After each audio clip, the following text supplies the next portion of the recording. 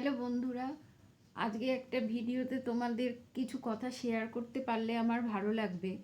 এই যে আরজি করে লেডি ডক্টরের নৃশংস হত্যাকাণ্ডের প্রতিবাদ চারদিকে হচ্ছে, উম, এবং এই নৃশংস হত্যাকাণ্ড হওয়ার পরে কিছু মহিলাকে দেখছি যে ছেলেদের প্রতি, পুরুষদের প্রতি খুবই কুমন্তব্য করছে। মানে ছেলেরা যদি কারোর সাথে একটু হেসেও কথা বলে বা সামান্য কিছু একটু ইয়ার্কি করে কিছু বলে, তো বলছে ছেলে তো এইরকমই, ছেলে তো, ছেলের জাতটাই এইরকম। মানে খুবই বাজে মন্তব্য, কুমন্তব্য করছে কিছু মহিলা। কিন্তু এটা করা উচিত নয়। হ্যাঁ, ছেলেদের রেসপেক্ট করা উচিত। ছেলেরা সংসারের জন্য বহু স্যাক্রিফাইস করে। সব ছেলেকে একই নজরে দেখা দেখা উচিত না। ছেলেরা কত বাইরে চলে যায় চাকরি নিয়ে, সে তো সংসারেরই জন্যে, সংসার প্রতিপালনের জন্য, সংসার যাতে একটু সুখে থাকে সেই জন্য।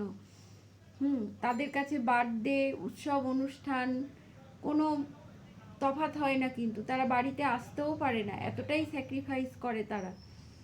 পরিবার পরিজন ছেড়ে বাড়ি থেকে বহু দূরে থাকে শুধুই সংসারের প্রতি দায়িত্ব পালনের জন্য।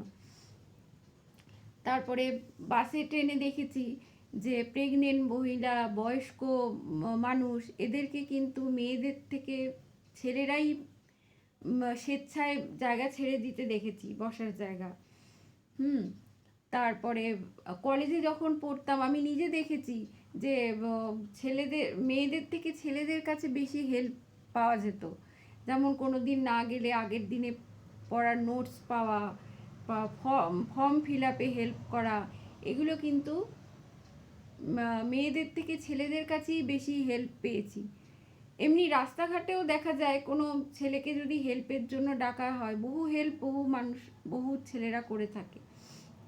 কাজেই একটা বিকৃত মস্তিষ্কের লোক এই ঘটনা ঘটিয়েছে বলে সব ছেলেকে একই নজরে দেখে তাদের প্রতি কুমন্তব্য করা উচিত নয়।